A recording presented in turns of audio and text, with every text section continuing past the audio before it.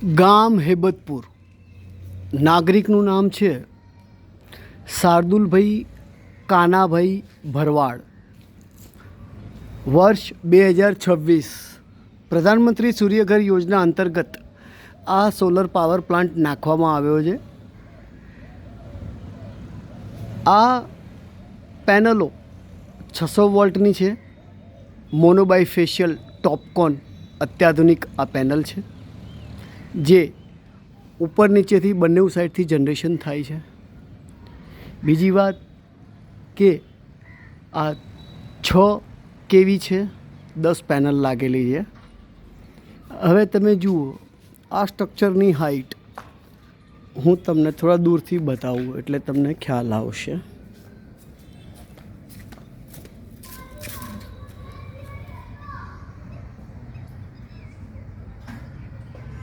આટલી હાઈટ શા માટે છે? જેમ દર વિડીયોમાં હું સમજાવતો હોઉં છું કે દરેક ક્ષેત્રફળ એક સરખું ન હોઈ શકે અને ભૌગોલિક રચના પણ એક સરખી ન હોઈ શકે. આમ તમે જુઓ, આ દિવાલ છે, આ બાજુ કશું નથી. તો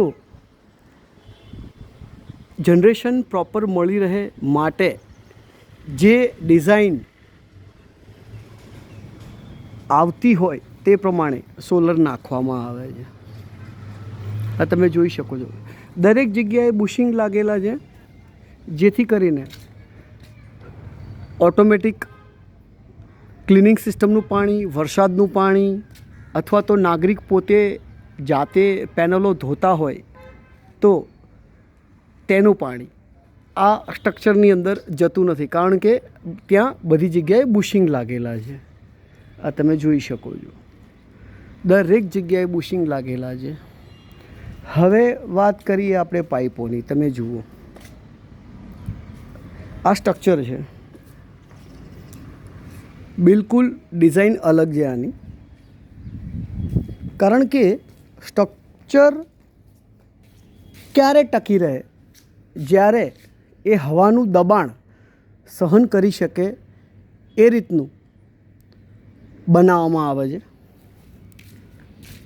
ISI માર્ક ખાસ ધ્યાનમાં રાખવું, જેથી કરીને તમને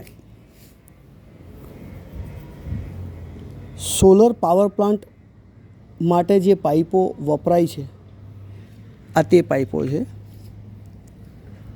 હોટ ડીપ કહેવામાં આવે. દરેક નાગરિકને ધ્યાનથી સાંભળવું, આ સ્ટ્રક્ચરની જે પાઇપ છે તે હોટ ડીપ છે. હવે આ તમે જોઈ શકો છો, પોલીકેબની પાઇપો છે.